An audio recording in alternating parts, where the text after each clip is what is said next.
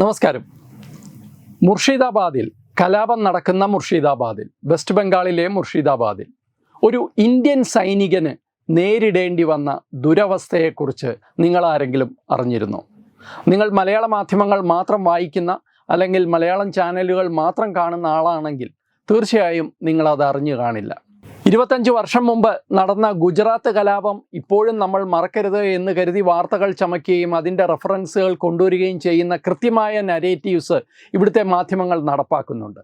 പക്ഷേ മുർഷിദാബാദിൽ ഈ കഴിഞ്ഞ ഏതാനും ദിവസങ്ങൾക്ക് മുമ്പ് വഖഫ് നിയമ ഭേദഗതി വിരുദ്ധ സമരത്തിൻ്റെ പേരിൽ ജനക്കൂട്ടം കാണിച്ച തോന്നിയവാസം, അതിനെക്കുറിച്ച് മാധ്യമങ്ങൾ ഒരക്ഷരം മിണ്ടുന്നില്ല, പ്രത്യേകിച്ച് മലയാള മാധ്യമങ്ങൾ.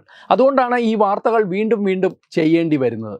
ഒരുപക്ഷെ ബംഗ്ലാദേശിന് ശേഷം ഏറ്റവും കൂടുതൽ വാർത്തകൾ തത്വമൈ ഈ അടുത്ത ദിവസങ്ങളിൽ ചെയ്തിട്ടുള്ളത് മുർഷിദാബാദ് കലാപത്തെക്കുറിച്ചാണ്. അതിനൊരു പ്രത്യേക കാരണമുണ്ട്. കാരണം ഇതൊരു നിയമ ഭേദഗതിക്കെതിരെ ജനക്കൂട്ടം ഇറങ്ങി പ്രതിഷേധിക്കുന്നതല്ല.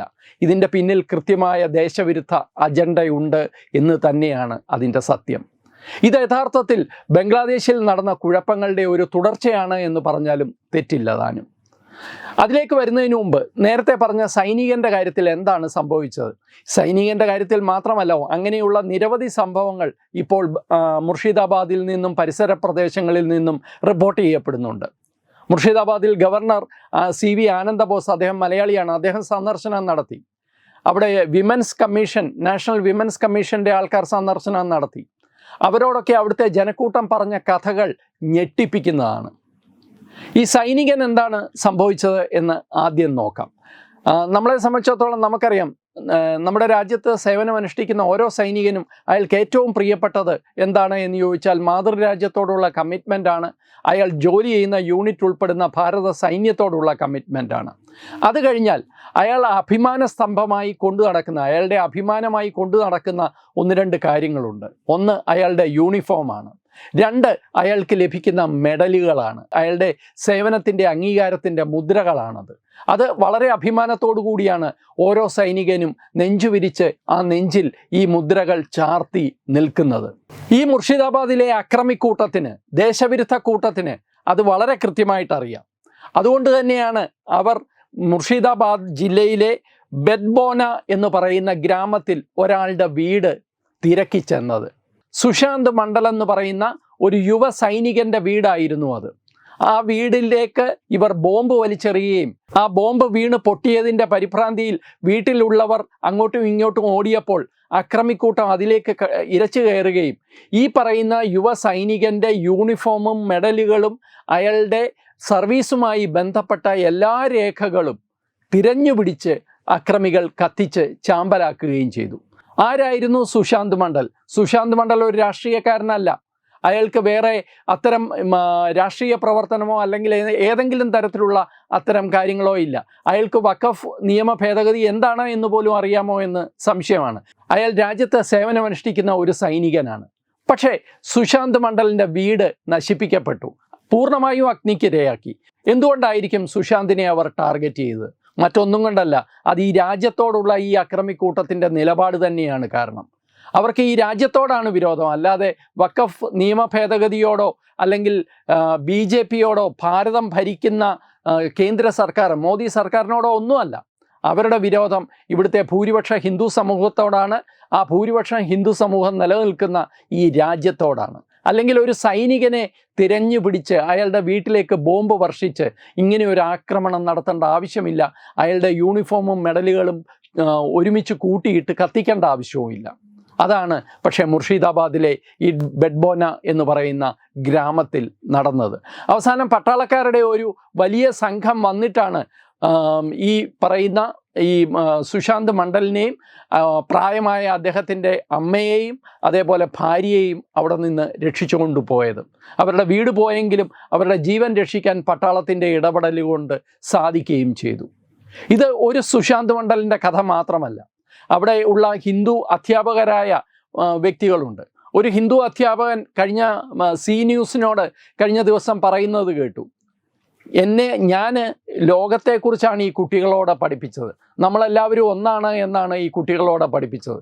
പക്ഷേ അവർക്ക് ഞാൻ വെറും ഒരു കാഫിർ മാത്രമാണ് എന്ന് മനസ്സിലായത് കഴിഞ്ഞ ദിവസം എന്നെ ആക്രമിക്കാൻ വേണ്ടി വന്ന ജനക്കൂട്ടത്തിൽ എൻ്റെ വിദ്യാർത്ഥികൾ 3-4 പേരെ ഞാൻ കണ്ടപ്പോഴാണ്.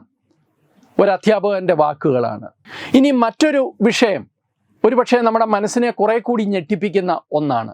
ഒരമ്മ ക്യാമറയുടെ മുമ്പിൽ, ഒരു ദേശീയ മാധ്യമത്തിന് നൽകിയ ബൈറ്റാണ്, ക്യാമറയുടെ മുമ്പിൽ പറയുകയാണ്, എൻ്റെ തോളത്തിരുന്ന കുഞ്ഞിനെ വലിച്ച്, ഒരു പെൺകുഞ്ഞാണ്, അതിന് 6 മാസമോ മറ്റോ പ്രായമുള്ള കുട്ടിയാണ്, ആ കുട്ടിയെ വലിച്ചെടുത്ത് തീയിലേക്ക് വലിച്ചെറിഞ്ഞുവെന്ന്.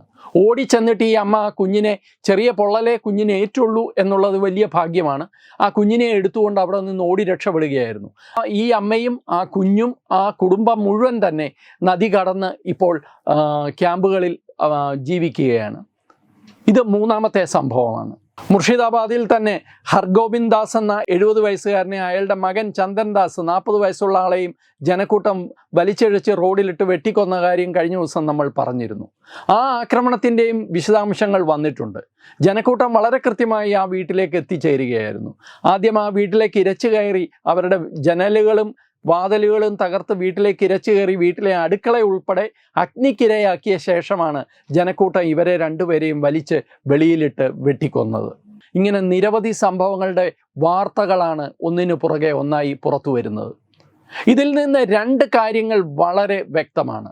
ഒന്ന്, ഞാൻ നേരത്തെ പറഞ്ഞതുപോലെ ഇത് വഖഫിനെതിരെയോ വഖഫ് നിയമ ഭേദഗതിക്കെതിരെയോ ഉള്ള സമരമോ അല്ലെങ്കിൽ പ്രതിഷേധമോ അല്ല.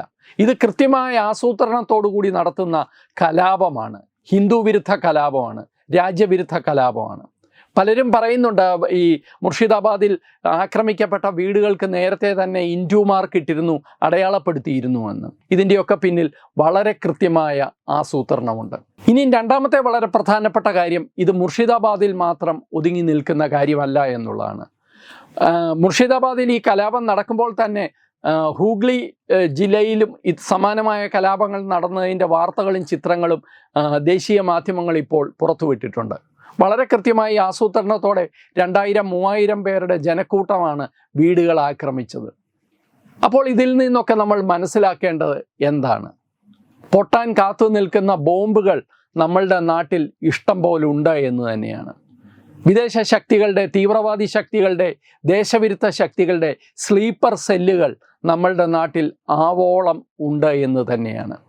അതെപ്പോൾ ആക്ടിവേറ്റ് ചെയ്യാമെന്ന് ശത്രുവിന് തീരുമാനിക്കാവുന്ന അവസ്ഥയിലാണ് കാര്യങ്ങൾ എന്ന് തന്നെയാണ് നമ്മൾ മനസ്സിലാക്കേണ്ടത്.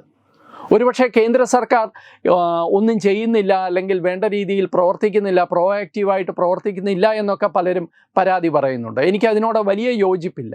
കാരണം കേന്ദ്ര സർക്കാർ പ്രോആക്റ്റീവായിട്ട് പ്രവർത്തിച്ചുകൊണ്ടാണല്ലോ വഖഫ് നിയമ ഭേദഗതി തന്നെ വന്നത്. വർഷങ്ങളായി പലരും ഭയന്ന്, വോട്ട് ബാങ്ക് പൊളിറ്റിക്സിനെ ഭയന്ന് ചെയ്യാതിരുന്ന ഒരു കാര്യമാണ് ഇത്. ആർട്ടിക്കിൾ 370യിലും സംഭവിച്ചത് ഇത് തന്നെയാണ്. അതുവരെ ഒരു രാഷ്ട്രീയക്കാരനും അല്ലെങ്കിൽ ഒരു സർക്കാരും ചെയ്യാൻ ധൈര്യപ്പെടാത്ത ഒരു കാര്യമാണ് കാശ്മീരിൽ ഈ മോദി സർക്കാർ നടപ്പാക്കിയത്.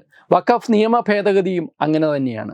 ഒരുപക്ഷെ കേന്ദ്ര സർക്കാർ ഇപ്പോൾ മൗനം പാലിക്കുന്നത് അല്ലെങ്കിൽ കാത്തിരിക്കുന്നത് ഈ എലികളെല്ലാം മാളത്തിൽ നിന്ന് പുറത്തു വരട്ടെ എന്ന് കരുതി തന്നെ ആയിരിക്കണം.